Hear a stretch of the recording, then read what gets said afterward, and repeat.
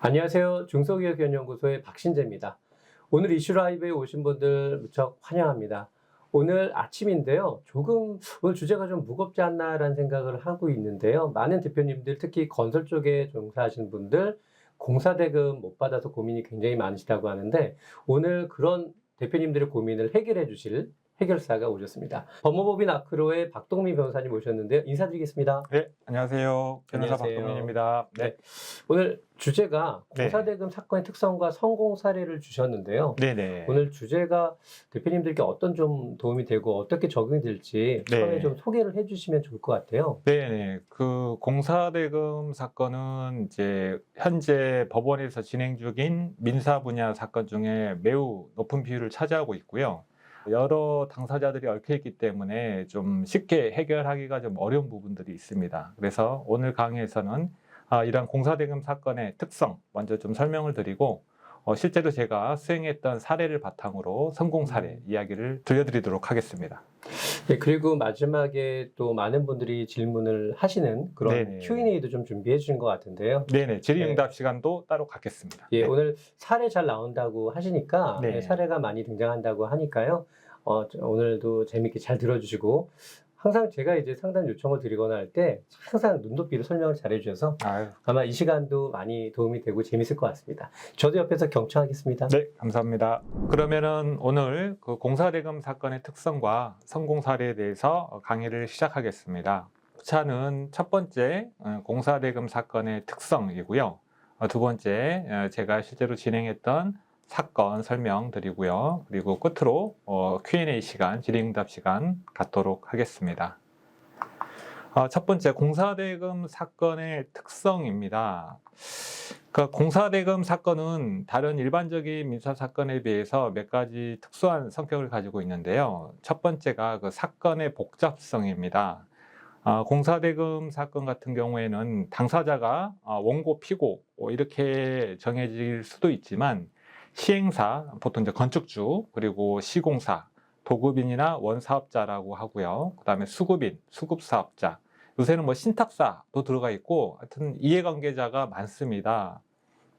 그리고 두 번째로 계약이 변경되는 경우가 많아요. 처음 공사 계약대로 그대로 이행되는 경우보다는 중간중간에 계약이 자꾸 바뀌는 경우가 훨씬 많습니다. 그래서 그런 변경된 계약 내용을 서면으로 계약서로 남겨두지 않으면 나중에 우리가 계약을 어떻게 하기로 했지?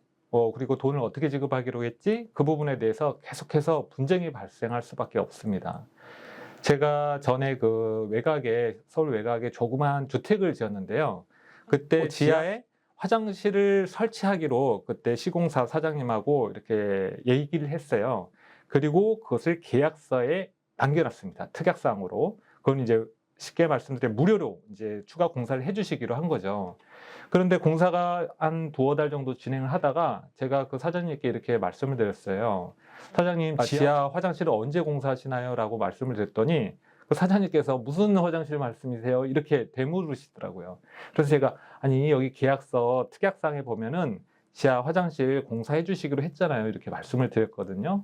그랬더니 이제 사장님이 그 화장실이요? 공사해 드리겠습니다. 이렇게 하고 정리가 됐습니다. 제가 그래서 그래도 이제 변호사다 보니까 아무래도 계약서를 꼼꼼히 써야 된다는 것을 알고 있어서 그렇게 이제 내용을 쓴 건데 많은 분들은 공사계약이 변경될 때 이것을 서면화하지 않아요. 말로만 이렇게 얘기하고 상대방도 알았습니다라고 하지 이거를 계약서로 남겨두지 않으면 나중에 화장실을 못 만들게 될 경우도 있고 화장실 공사와 관련해서 분쟁이 발생할 가능성이 매우 높습니다. 그리고 두 번째, 계약 해제에 따른 소급표가 제한됩니다. 일반적으로 제가 지난번에도 이제 계약 해제에 대해서 좀 말씀을 드렸는데 계약이 해제되면 원상으로 돌아가거든요. 그런데 공사 계약 같은 경우에는 계약이 처음부터 무효가 되는 그런 소급표가 있는 것이 아니라 일정 부분 공사가 이루어진 부분에 대해서는 소급표가 제한되고 공사 대금을 지급을 해야 됩니다. 이걸 보통 이제 기성고라고 하거든요. 그래서 기성고를 청구할 수가 있고 그 금액을 확정하기 위해서 감정을 받아야 될 수가 있습니다. 그리고 세 번째, 건설산업기본법, 줄여서 이제 건산법이라고 저희가 보통 하고요. 그리고 하도급의 공정화에 관한 법률, 저희가 이제 하도급법이라고 합니다. 이런 특별법이 적용됩니다. 하도급법은 건산법의 또 특별법이고요. 하도급법은 건설 분야뿐만 아니라 제조업 등에도 적용이 됩니다. 제가 이제 공사대금 사건이라고 하면 뭐 어떤 건물을 짓거나 뭔가를 짓는 것을 생각하실 경우가 많은데, 어떤 건설 분야뿐만이 아니라 뭐 물건을 만든다든지 뭐 이렇게 아니면 어떤 여러 가지 제조업, 도급 분야에서 다 하도급법이 적용이 된다. 원사업자의 지급정지, 파산 등의 경우에는 발주자의 하도급 댁은 직접 지급 의무가 있습니다. 이제 원사업자는 처음 일을 이제 받아서 일을 하시는 분이고요. 수급 사업자는 원사업자가 다시 하도급을 맡긴 밑에서 일을 하시는 분입니다. 이런 수급 사업자는 원사업자에게 매여 있는 경우가 많기 때문에 대단히 계약상 지위가 열악해요. 그래서 수급 사업자를 보호하기 위해서 하도급법이 보통 있고요. 특별법들이 있습니다. 그 세 번째로 원사업자의 부당위탁 취소 등의 경우에 3배 배상 책임이 있어요. 손해배상을 받는 게 매우 중요하죠. 피해를 보신 분들은. 그런데 원사업자가 부당위탁 취소, 계약을 일방적으로 해지하는 경우가 있거든요. 그럴 경우에는 수급사업자는 그 피해액의 3배를 청구하고 법원이 그것을 인정해 주도록 하도급법에 특별 규정을 마련하고 있습니다. 이런 그 공사대금 사건은 특수성이 있다. 이 정도 이제 일단은 알고 계시면 좋을 것 같고요. 제가 실제로 이제 진행했던 사례에 대해서 말씀을 좀 드려볼게요. 먼저 사건의 내용입니다. 제가 인천지방법원 부천지원에서 했었던 사건인데요. 내용은 조금 개인정보 보호를 위해서 각색을 했습니다. 건축주인 상대방, 그리고 시공사인 상대방, 피고가 2명이었어요. 피고 1, 2는 건축공사계약을 체결했고요.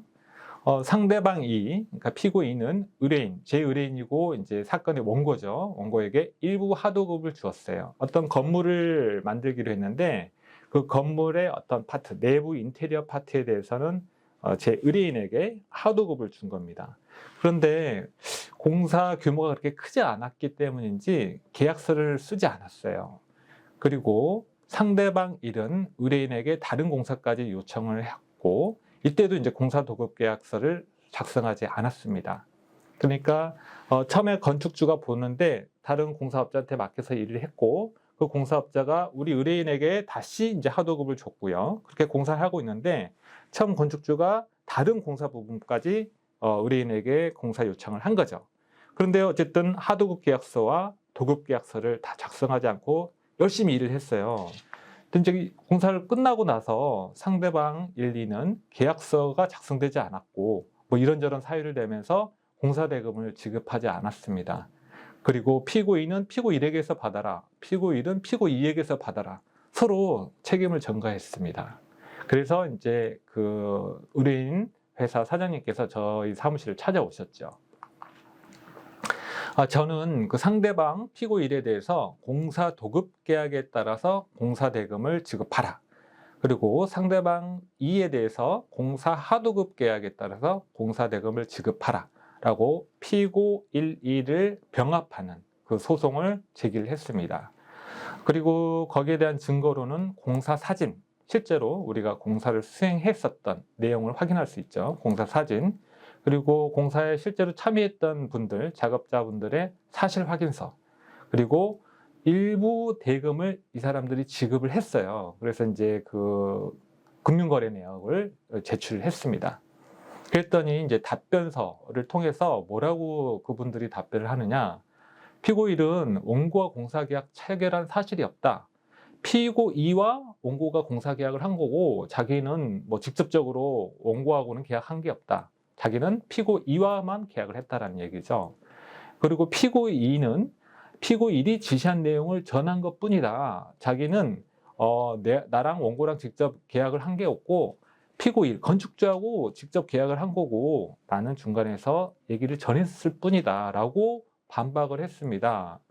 그래서 저는 공사계약, 하도급 계약 체결 사실을 주장하되 계약서가 없기 때문에, 그리고 어떤 단가로 공사 계약을 하기로 했는지 그 합의된 어떤 증거가 좀 부족했어요. 그래서 공사 계약이나 하도급 계약 체결 사실이 인정 안 된다고 하더라도 피고 일은 어쨌든 그 건물이 지어졌기 때문에 이익을 얻었거든요.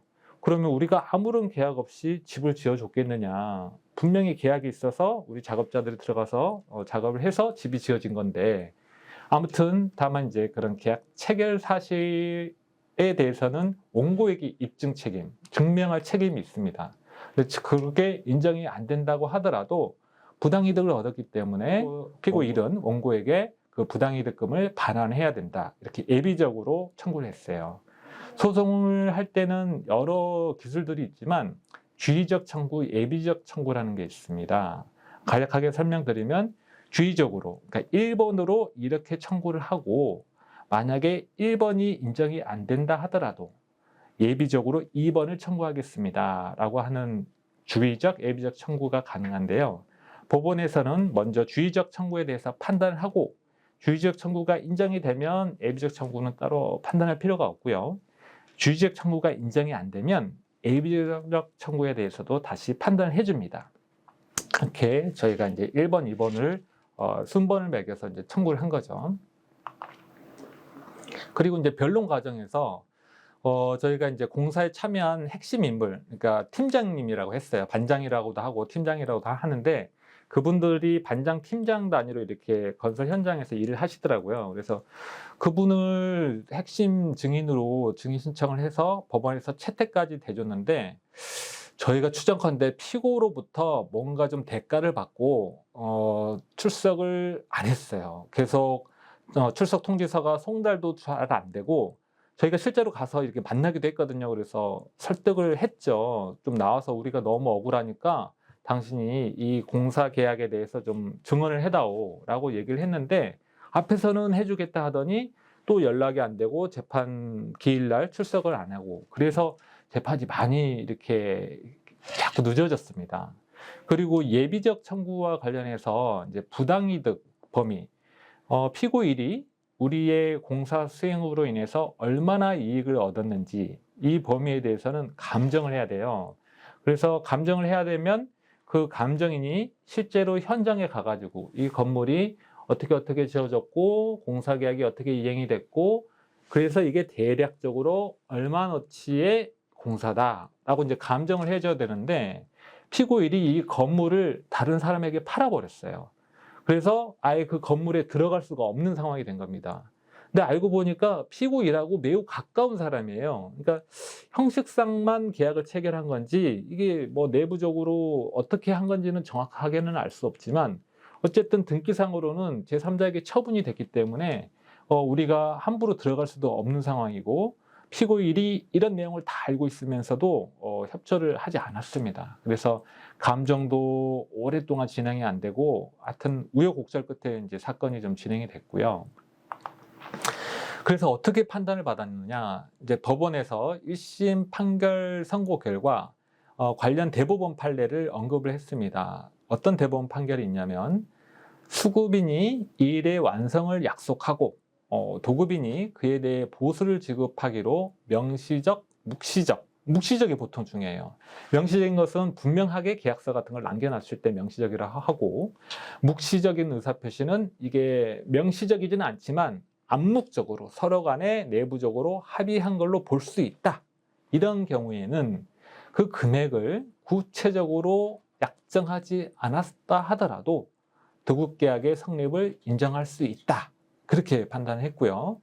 계약의 체결 경위, 당사자의 인식, 조리는 이제 보통 상식을 조리라고 합니다. 상식, 경험칙 등에 비춰서 계약 내용을 특정할 수 있다. 이런 대법원 판례가 있어요. 그래서 우리 사건에서도 재판부에서 이 대법원 판결을 언급을 하고 공사 사진, 그리고 원고와 피고들이 서로 주고받은 문자 메시지, 어떻게 뭐 공사를 해다오, 뭐 이거는 어떻게 해라, 이런 여러 가지 지시하는 문자들이 있었거든요. 그런 문자 메시지.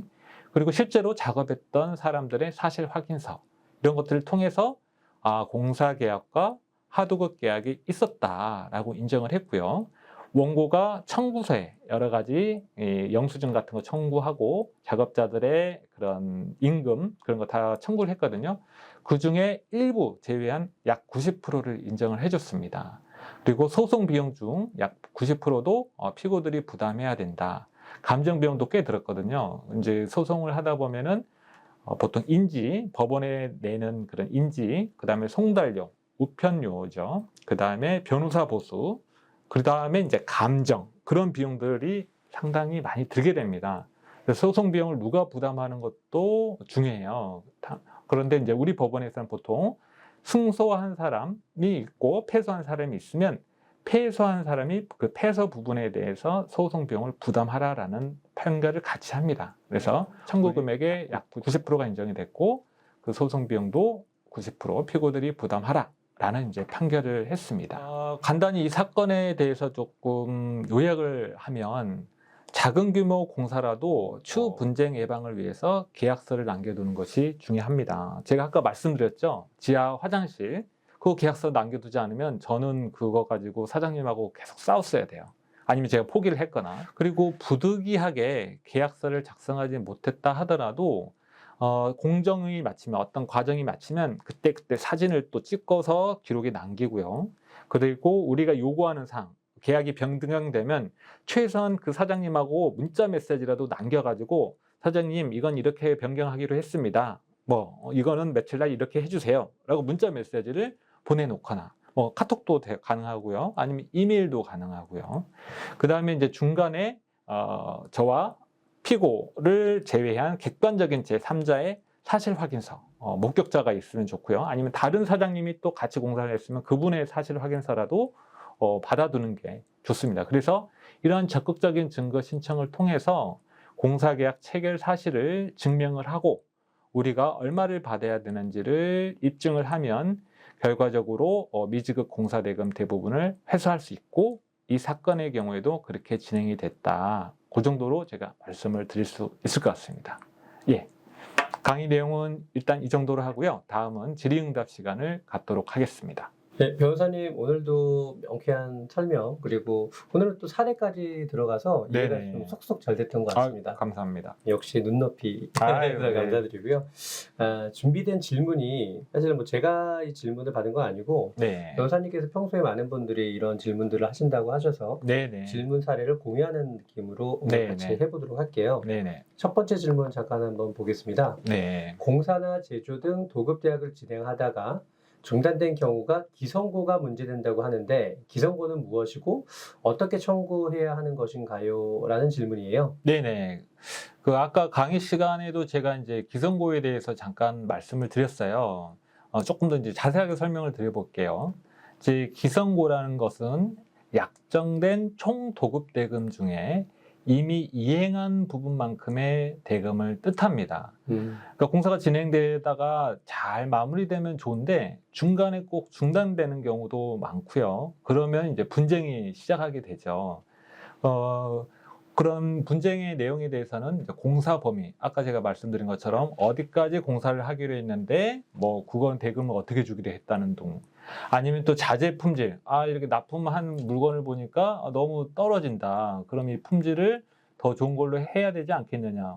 보통 이제 중등이라고 해요. 근데 이제 좀 많이 이제 좀 품질이 떨어지면은 좀 가격이 싸거든요. 그래서 이제 납품하시는 분들은 이제 저렴한 걸 하시려고 하죠. 이래서 이제 분쟁이 발생합니다. 그리고 이제 공사가 이제 보통 규모가 좀 어느 정도 되면 한꺼번에 공사 대금을 지급하는 게 아니라 이렇게 뭐 1차, 2차, 3차 이렇게 나눠서 지급을 해야 되는데 건축주가 이제 또 사정이 좋지 않아서 미지급하는 경우가 있어요. 그러면은 이제 공사업자 입장에서는 공사를 더 이상 진행하지 못하는 경우가 많거든요.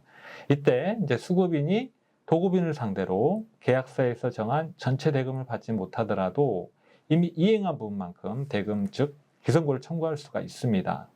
물론 이제 기성고 범위와 관련해서 이게 간단하게 해결되면 좋겠지만 또 이게 어디까지 공사를 했다고 봐야 되는 것인지 이게 얼마나치의 공사인지 쉽게 양측이 이렇게 입장을 좁히기가 어려워요. 그러면 기성고 감정을 해야 됩니다.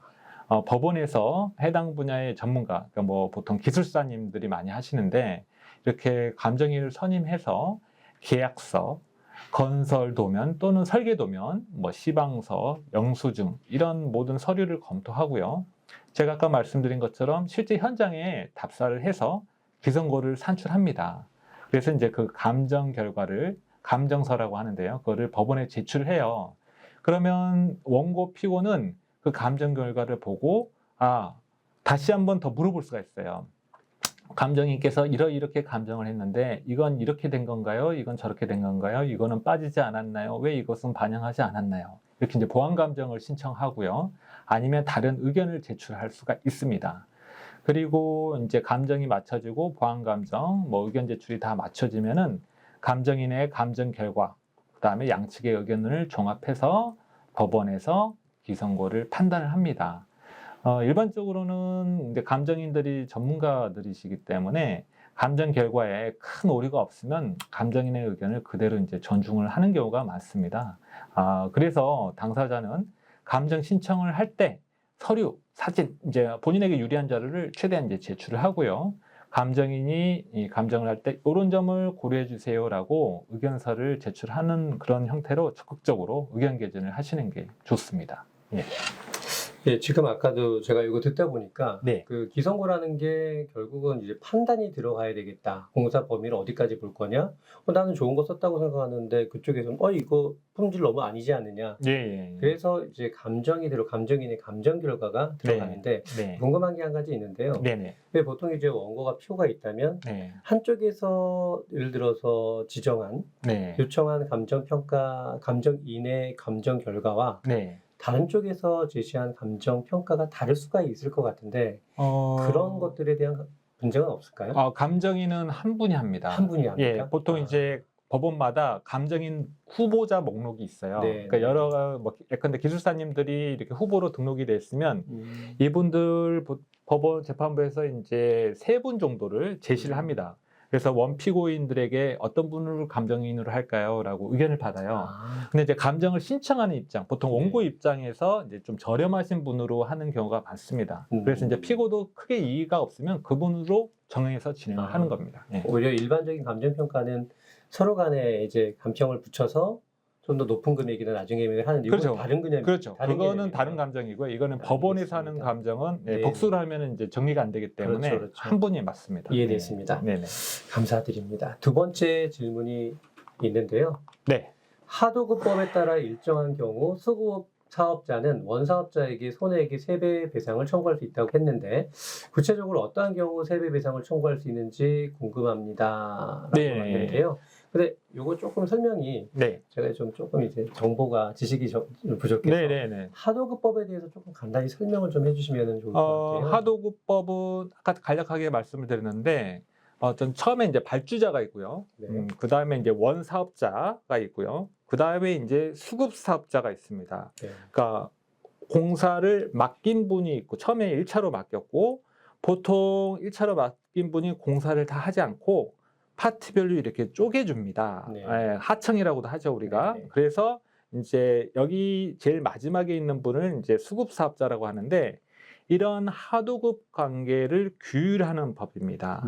그런데 수급사업자는 보통 원사업자에게 매여 있고요. 원사업자가 영업도 하고 여러 가지 이제 발주자랑 계약을 체결하면 수급사업자는 원사업자가 해주는 것을 그대로 그냥 따르는 경우가 많아요. 그리고 원사업자가 또 수급자가 마음에 안 들면 이렇게 계약을 함부로 해지하기도 합니다. 그래서 수급사업자가 대단히 열악한 지위에 있기 때문에 이런 수급사업자를 보호하기 위해서 하도급법이라는 법이 따로 제정되어 있는 겁니다. 이해가 잘 됐습니다.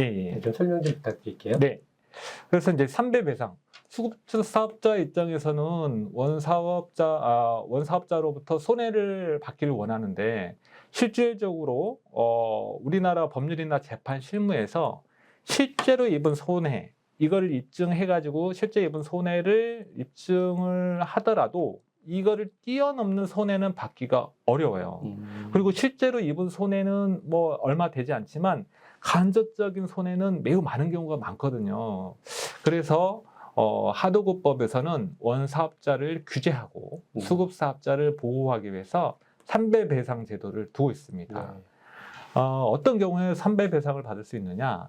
이게 이제 하도급법에 규정된 내용이에요. 첫 번째가 이제 부당하게 하도급 대금을 결정하는 경우, 이제 우리가 가격 후려치기라고도 해요. 그 원사업자가 이제 근데 이거 그냥 1,000만 원에 끝내, 1,000만 원에 공사해 이렇게 함부로 하는 거예요. 그러면은 수급자 입장에서 그렇게는 못합니다라고 말하기가 어렵거든요. 그래서 이런 경우. 두 번째, 부당하게 위탁 취소하는 경우. 일방적인 계약 해지. 제가 실제로 이거는 진행 중인 또 사례가 있어요. 어떤 사례냐면 어떤 업체가 수급 사업자를 데리고 일을 하다가 이게 일감이 좀 더 많아질 것 같으니까 그 수급 사업자에게 여러 핑계를 대면서 그만둬, 나가라라고 하고 자기가 예전에 알고 있던 다른 업체를 끌고 들어오는 거예요. 그러면 일감을 또 몰아주는 거죠. 그렇죠. 네, 그러면 이 쫓겨난 수급 사업자 입장에서 너무나 부당하거든요. 그동안 노력을 많이 했는데 그런 피해가 이만저만 아니기 때문에 지금 이제 실제로 소송을 진행 중인 사건이 있습니다. 그리고 세 번째, 부당하게 반품하는 경우.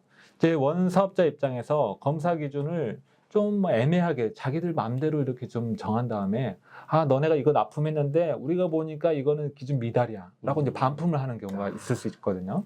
그리고 하도급 대금을 부당하게 또 깎아버리는 경우, 처음에 얼마 주기로 했다가 이런 사정이 있으니까 이것만 받고 끝내자라고 하거나, 그 다음에 이제 수급사업자가 원사업자가 하도급법 위반했습니다라고 이제 공정위 같은데 신고하는 경우에 이제 부당하게 이제 제재를 하는 경우, 수주 기회를 제한하거나 거래 정지 등을 하는 경우, 이런 경우에 수급사업자는 그 손해의 3배를 배상 청구할 수 있습니다.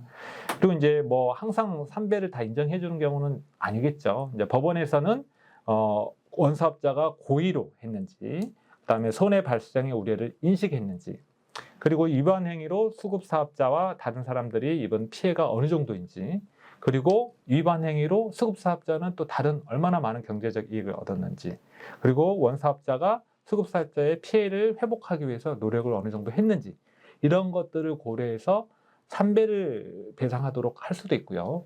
2배를 배상하도록 할 수도 있고요. 그건 이제 법원의 재량상이에요. 사실 이제 건설 같은 경우는 말씀처럼 굉장히 다양한 이해관계자, 일감을 주는 사람, 받는 사람. 근데 실제로 또 그 위에 있는 건축주도 있을 거고.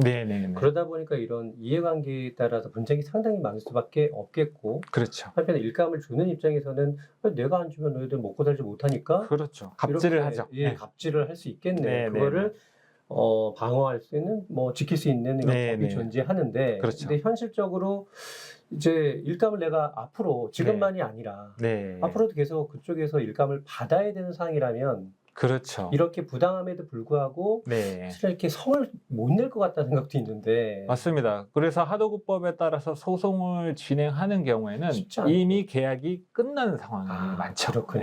네네. 사실은 거래가 유지가 되기 위해서 뭔가가 법이 작용해야 되는데 다 끝난 이후에 그럼에도 불구하고 또 필요한 경우에는 이런 이제 법적인 제도를 한번 활용해 보는 게 좋겠네요. 감사합니다. 오늘 정말 많은 얘기들을 해주셨고요. 내용이 조금 복잡할 수 있었는데 사례를 들어서 해주셨고, 조금 이게 용어에 대한 부분이라든지 복잡한 부분을 또 Q&A까지 정리를 잘 해주셔서 너무 감사합니다. 제가 감사합니다. 부동산 박사님이십니다. 그리고 오늘 이제 강의 들으셔서 아마 느끼셨겠지만, 많은 분들이 상담을 할 때 보통 변호사님하고의 벽이 좀 있거든요. 그런데 참 편안하게 저는 그 상담을 요청하신 분들이 이해를 잘 해야 되는데 이해를 할 수 있도록 설명을 잘 해줘서 제가 그동안 참 많이 도움을 좀 받았던 그런 분이고 저도 많이 배우고 있습니다.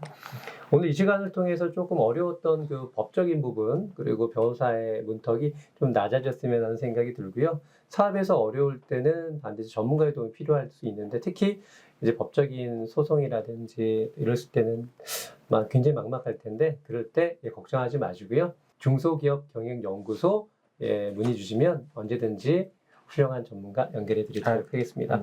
변호사님, 오늘도 너무너무 좋은 얘기 감사드리고요. 다음에도 또 좋은 주제로 한번 또 뵙고 싶습니다. 그렇게 하겠습니다. 감사합니다. 마치겠습니다.